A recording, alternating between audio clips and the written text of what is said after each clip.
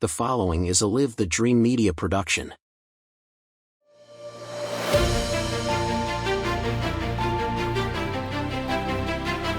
Hello and welcome to the Faith Family Schools podcast with your host Christopher DeSimone.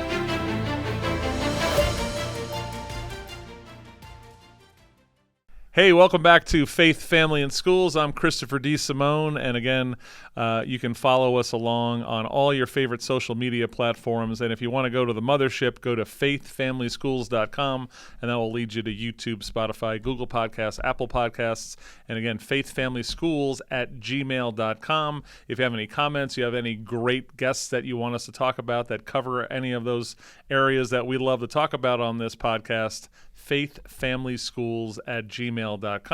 And if you like us kicked off the all podcasts, same, that's fine too. We're good with that. So we're going to cover and talk to one of my favorite people in Arizona about education, and it's my friend Bob Branch. Bob, good morning. Good morning, Chris. Thank you for having me down here today. And I met Bob a few years ago when you ran for superintendent of public instruction in Arizona. Can you believe that's almost 6 years now?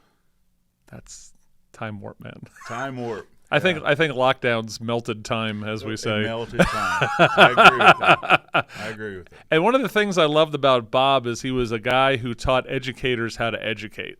Mm-hmm. And I really loved the way you talked about public education, and I was immediately one of your biggest boosters in Southern Arizona because I thought you were walking the walk. And you live education. I do. So you know education in this town and in this state. So I think that's the reason why we hit it off so quickly. It's true. So let's talk about your background a little bit. How did Bob get to being getting to be a teacher and then teaching teachers? Well, I appreciate that. Actually, around 2001 was the first time I ever lectured at a university, but I lectured in technology. Okay. I was asked to do some things happened during 9/11 where technology-wise, my company, we owned a database development firm, was able to help another company. And that one of their persons there asked me to go and talk to their students about what we did and how we transferred over some data. Okay. And I just fell in love with it. I came home, told my lovely wife, Adele, I said, this is what I want to do the rest of my life. Wow. And so about 6 months later, I was asked if I would like to have a standing gig teaching at the university, and it was like, well, sure, I would like to do that. Then since that time, became Dean of Education, Dean of Technology, Campus Director. I've designed many bachelor programs, 3 MBA programs, and 2 PhD programs. And at Grand Canyon, actually one of my students, when I was dean at another university, her name was Ann Nelson. Ann was just starting the doctorate program at Grand Canyon. And when she heard that I was leaving the university that I was working for, she asked what I was going to do. I said, well, Ann, I'll tell you what, I just want to teach. That's it. No more administration for me, just teach. Right. And she goes, well, why don't you come over to Grand Canyon and teach here? First of all, it's faith-based, but second of all, you'll like the doctorate program because it was pretty much the one I designed for this university I was teaching. Well, that helps. It helps. So, I fit in really well with that. And, love Grand Canyon. It's a great university. I designed an MBA program for Liberty University, and that's how I became a professor at Liberty University, too. And that's Jerry Falwell was still alive then when I became professor there and designed that course. It was an online MBA program. I designed one for Western Governors University as well. And that's how I came into education. My doctorate degree is in leadership and organization with focus on information systems. Okay. So we were able to, when I went over to Grand Canyon, teach leadership to their doctorate students in education.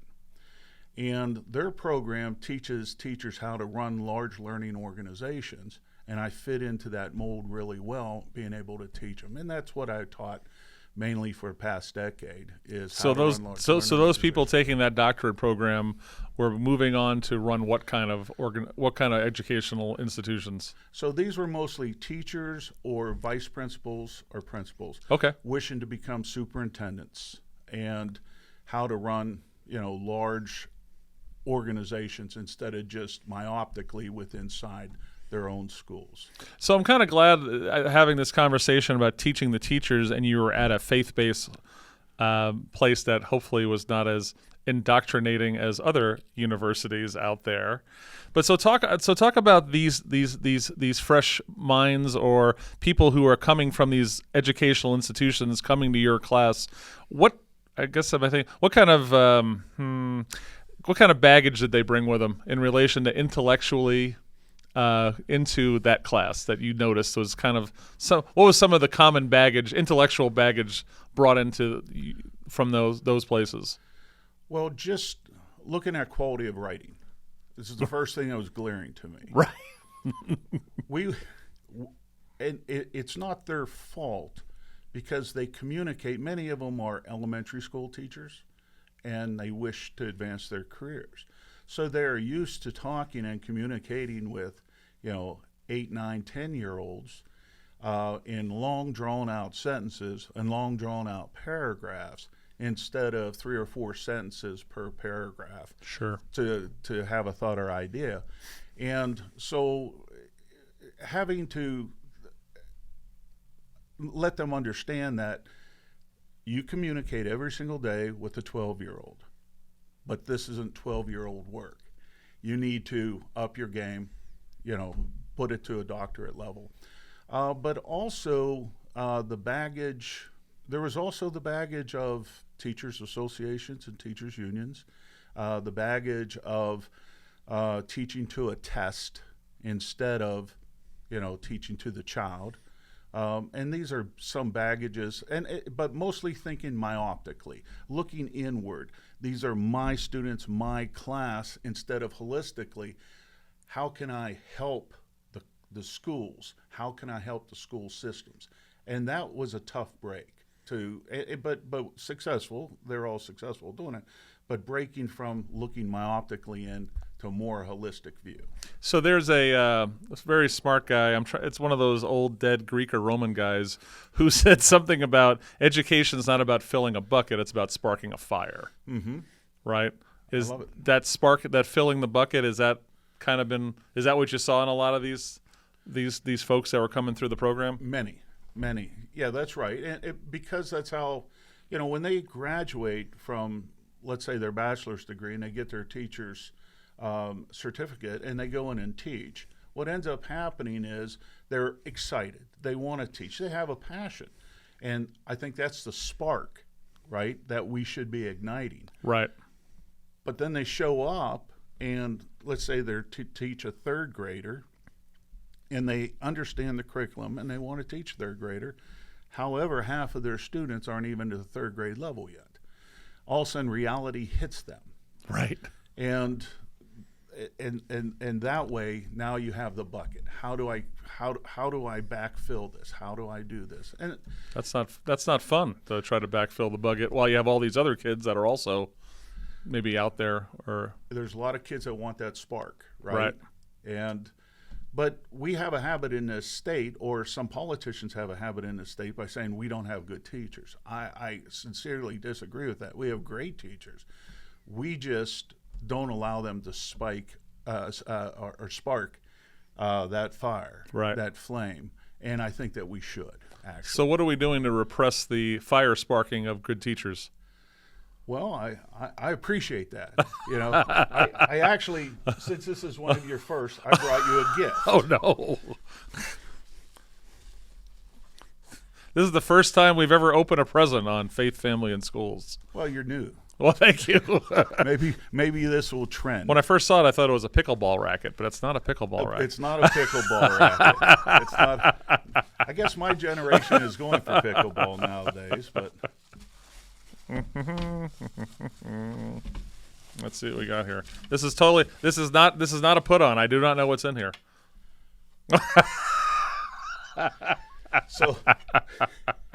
So now we're going back to Sun Tzu. So- Know your enemy. You ask what we can do. First of all, identify your enemy. So for anyone who doesn't know who this is Randy Weingartner. That's right. The head of the Teachers Union for the United States. There's the enemy. Let's get her up there. Let's see. Here we go. That's better. Well, No, it's not going to work. So anyway. that's not going to work. Well, sorry. But now you know know your enemy. Well, Sun Tzu said, know your enemy and know yourself. Right. Right? And in 100 battles, you will not feel defeat. Right? So you ask, what can we do about it? First of all, identify the problems. We have the right in this state to have local control. Unfortunately, we don't really practice it in a lot of areas. And that's unfortunate because education could be phenomenal in this state. Sure. And you had some guests on, right, with the charter schools and all that. Yep. And, and he was talking about your Montessori schools, that they never closed down during COVID. Yep. And when Weingarten and everybody says, we'll close down, we won't open schools until we know that 100% everybody is safe. It's like, well, that was just wrong, shutting down the schools. And I'm hoping that they never do that again. So we harmed our children. I grew up in a unique situation. I'm a New York, Long Island kid, right? Right. And the school district that my parents moved to in the mid 60s was established as a union-free school district, which I haven't heard of that any other time since then. But the school district I went to was so good as a public school that people paid, because there was no open enrollment in those days, they paid extra bonus money to get a house in our school district. But there was no teachers union allowed as part of the establishment. I don't know if you can even do that anymore. Well, we have the right to work state here. Right. And, but you're right. And going back when I was a kid, right, which is a long time ago, we never even questioned the quality of education. We got an education.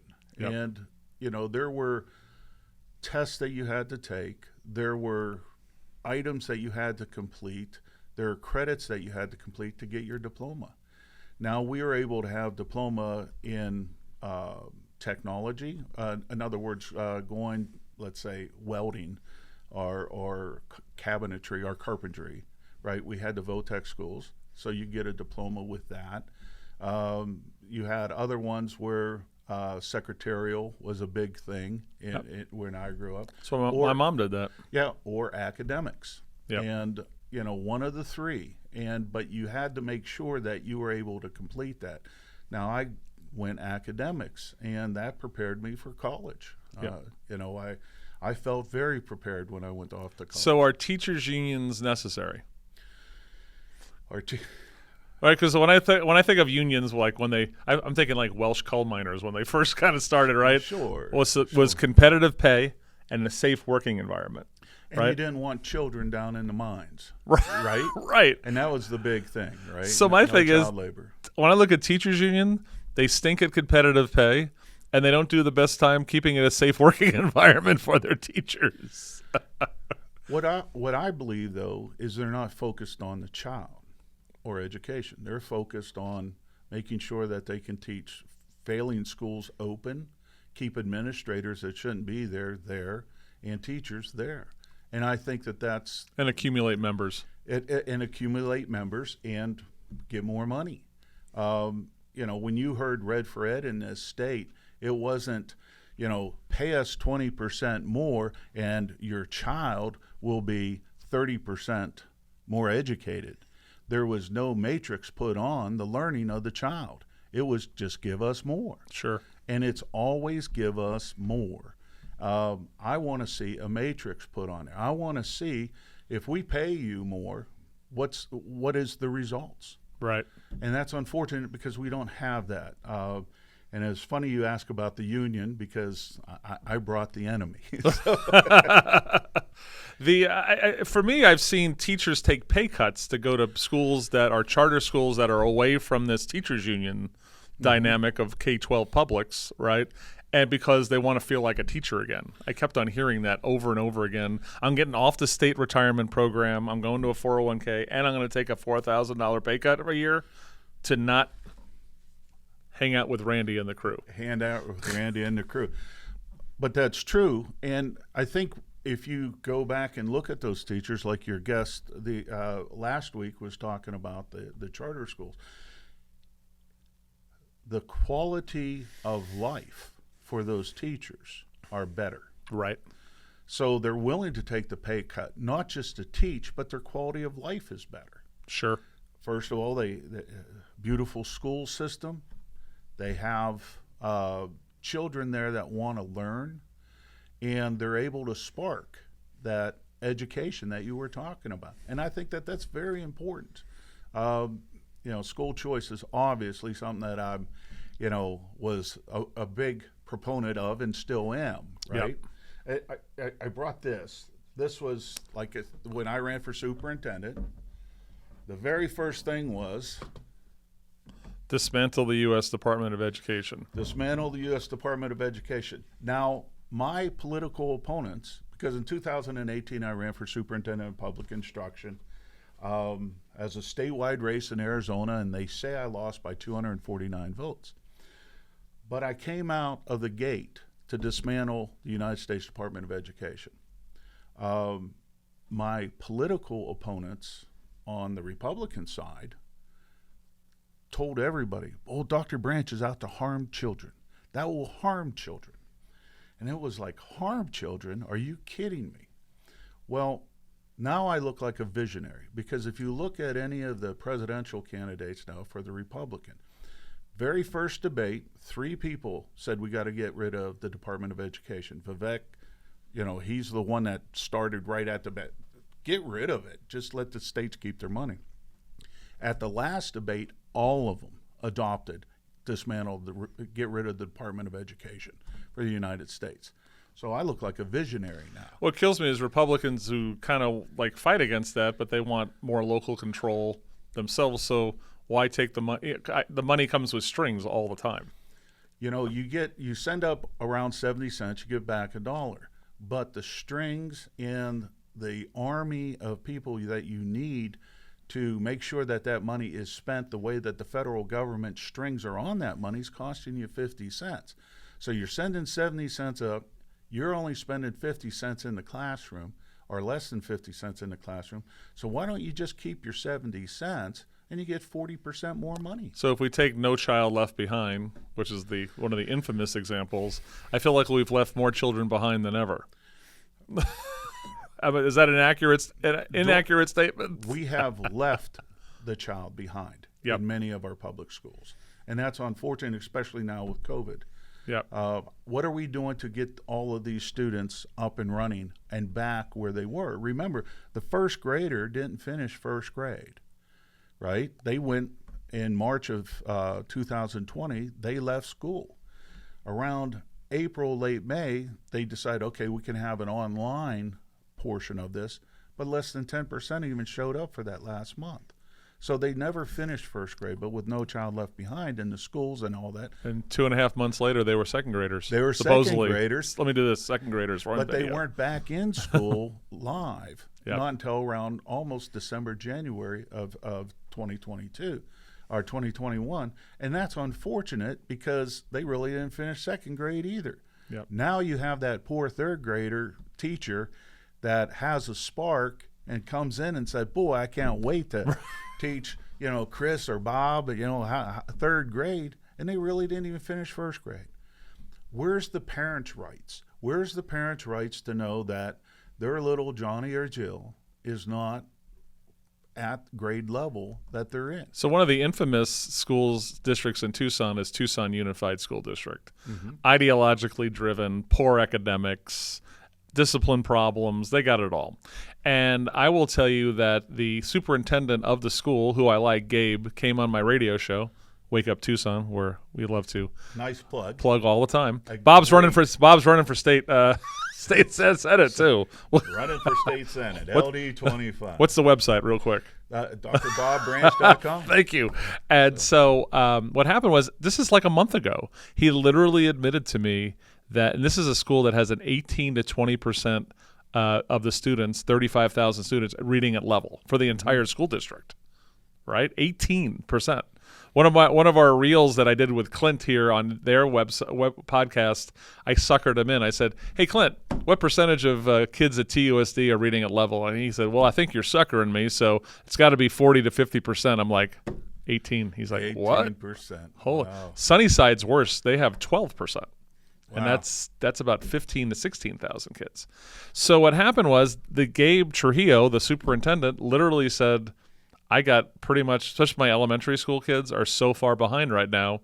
But the board, which is ideologically driven, and they're swimming in all that federal money. That's right. They've done nothing to catch those kids up. So the answer to your question, what are we doing to catch those kids up? Not much. And what's obscene is Well, they can have they the are AI swim- can think for them. They'll be fine. What am I thinking? What am I thinking? Yeah, obviously.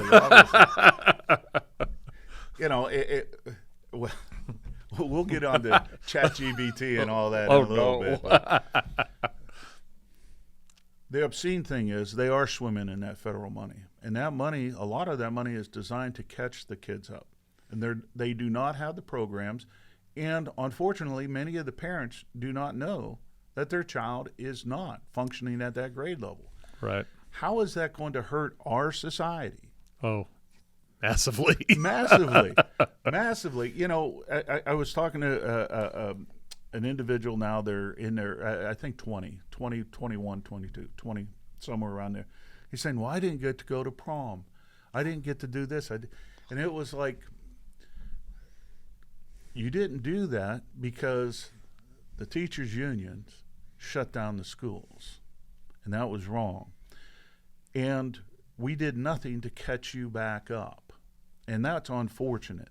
Now, when I said the first graders didn't, of course, every other grade did not go back to school either. Right. So I was just using that as a frame of reference. But all grades were affected by this. And it's just unfortunate.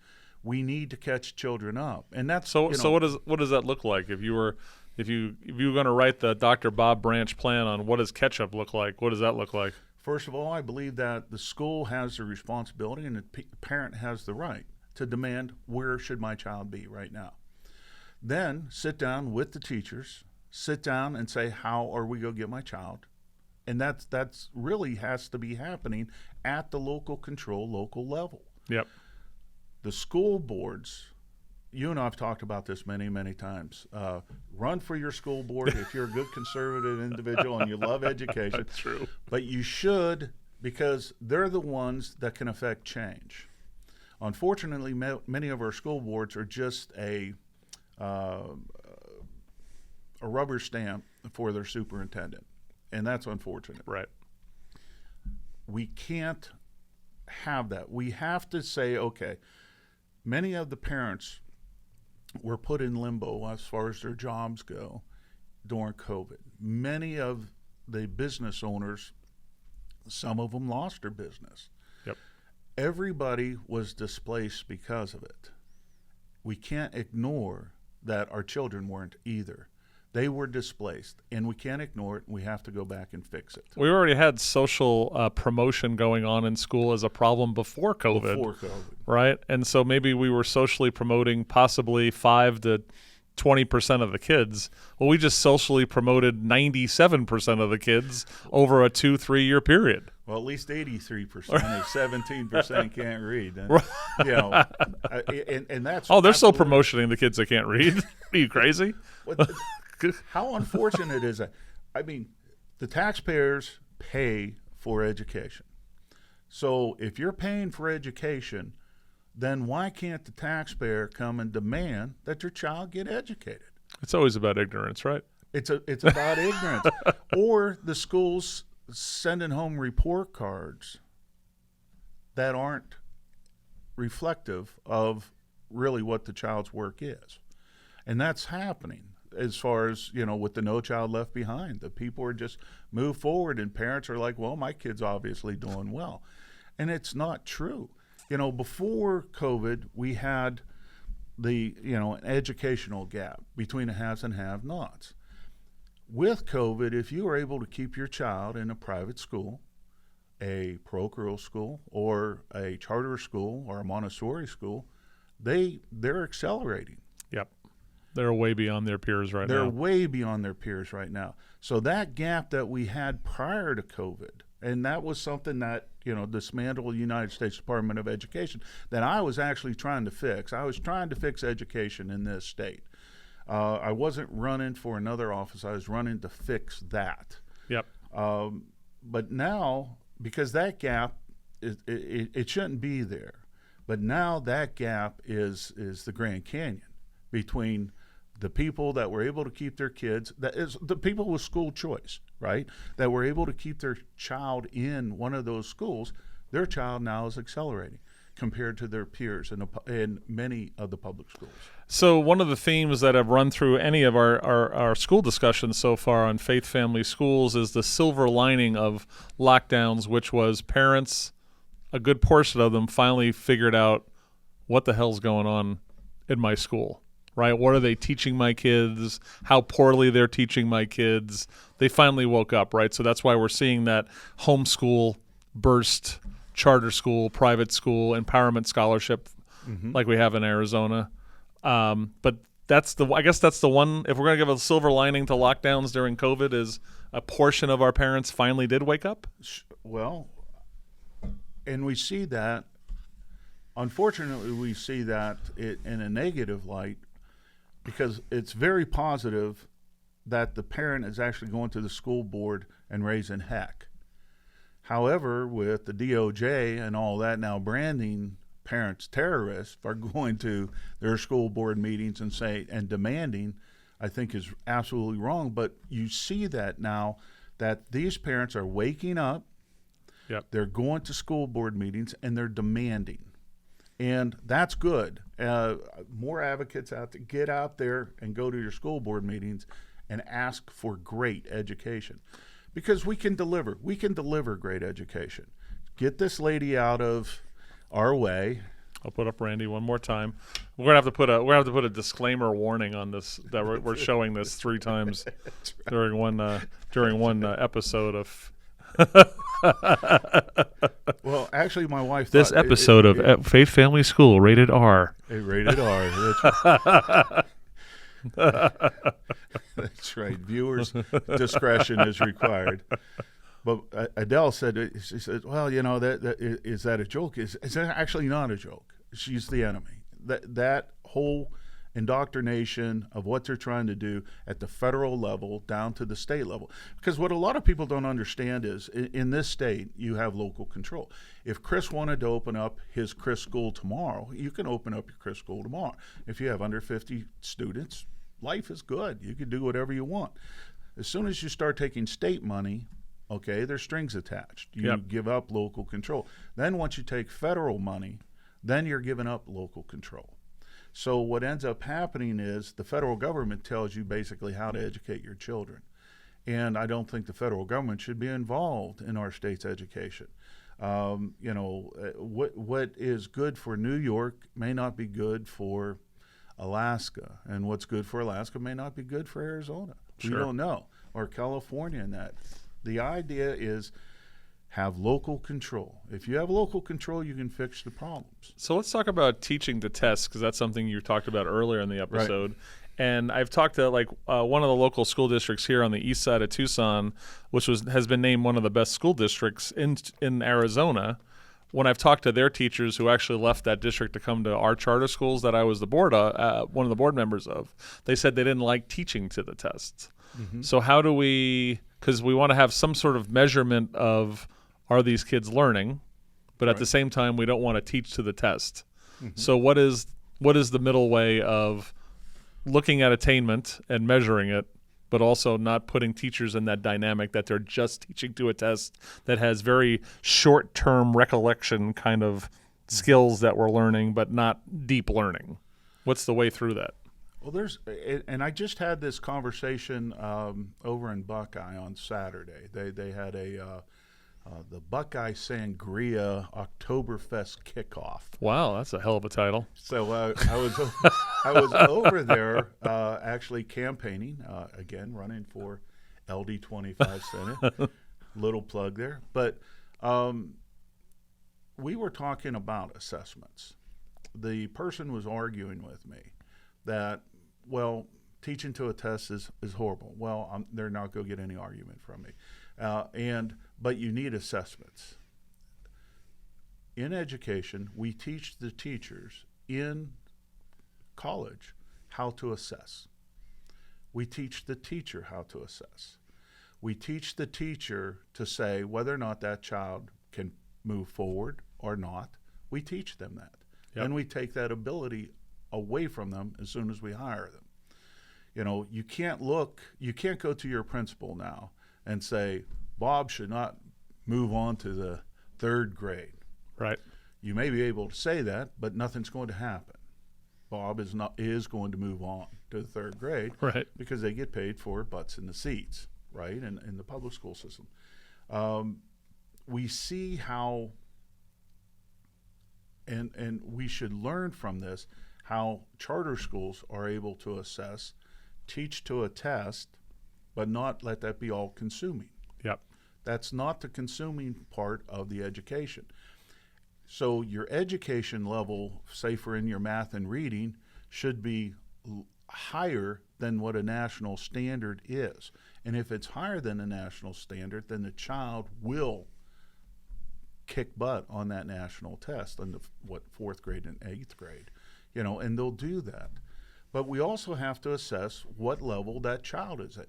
If we're consistently testing fourth graders that are at a second grade level, right, doesn't mean we're going to have the same results over and over again. We're going to be, you know, substandard. We're going to be 48th or 49th in the country. I also have noticed in a lot of K-12 public schools, there's not a connection of the curriculum throughout. Right, there seems to be a lot of disconnects. So Right. I'm a guy who comes from the charter school of classical ed model, and that classical ed model and the way you teach history every year, that is all connected K through 8. Mm-hmm. So, but I've seen, like, especially schools in Tucson districts, they hire someone for $200,000 to do the audit and, you know, the consultant, and it always comes back that there's no connection throughout their curriculum. Is this a widespread problem, you think, in education? Well, I believe it is. We should understand, here's the national standards. You can get to the national standards and beyond by developing a curriculum that doesn't look at the national standards as being the goal. Right. Right? So if you develop a curriculum that your national standards is the goal, you're teaching to the test. But if you go, it's like Viktor Frankl. I don't know if you're familiar with Third Viennese School of Psychotherapy. See, now we're educating. I love this. Let's do it. So Viktor Frankl says if you're going to aim here, I mean, if you're going to want to be here, then aim here, right? So your curriculum should be developed that on average, your average student will be able to meet the average for the national. Correct. And so if you do that, then you're setting your goal here and you're teaching to this level. And that's where you should be. It shouldn't be a surprise to the child when they take the test. You shouldn't be there saying, okay, well, you know, here's how you do long division, and here's how you, well, the way I do long division isn't the way they do it anymore in school. I'd be frightened on how they do long division now. It's amazing. I remember going over to Buckeye when I was running for superintendent. I was in a math class, observing it as a candidate. And Buckeye is an extreme Western Phoenix, basically. And very good school system, though. Very good school system. At the time, extremely impressed with it. Well, the teacher, they were doing long division. And it was funny because they had the problem and they had 4 answers. And they said, well, let's see if they were playing Stump Dr. Branch. Nice. And it was like, okay, what's the answer? And, I just looked up and I said, I don't know, like C or whatever it was. And it was the right answer. And they're like, woo, he's a wizard. He didn't have to draw the boxes out and do all this other stuff. And the teacher goes, "How did you do that?" And I said, "Well, division is multiplication backwards, right? So if you have two even numbers, you're not going to have any odd numbers at the end, and there's odd numbers, and this is the only even one." And he looked at me, he goes, "Well, that's not how we teach." And it's like, well, that got me through my doctorate degree. So, that's how we do figuring out here. That's back when we did reading, writing, arithmetic, right? But the object, though, is you ask how we do assessment. Look at what the charter schools are doing. They are setting their sights beyond what the national average is. Amen. You're right. And we have to go beyond that. If we're saying our goal is to be average, we're fools. That should never be our goal in anything in life. Amen, Robert. Sing it. All right, let's do this. We're gonna come back and do a second episode with Bob, and we're gonna focus on higher education in the college world as a professor and a dean in that world. There you go. So I want you to do this. We're going to call it a day for this episode of Faith, Family, and Schools, America's Road Back. And again, faithfamilyschools@gmail.com for any of your comments. And, of course, follow us on Facebook, Instagram, and all of those time-wasting social media, but valuable, don't get me wrong. But we'll see you on the next episode of Faith, Family, and Schools.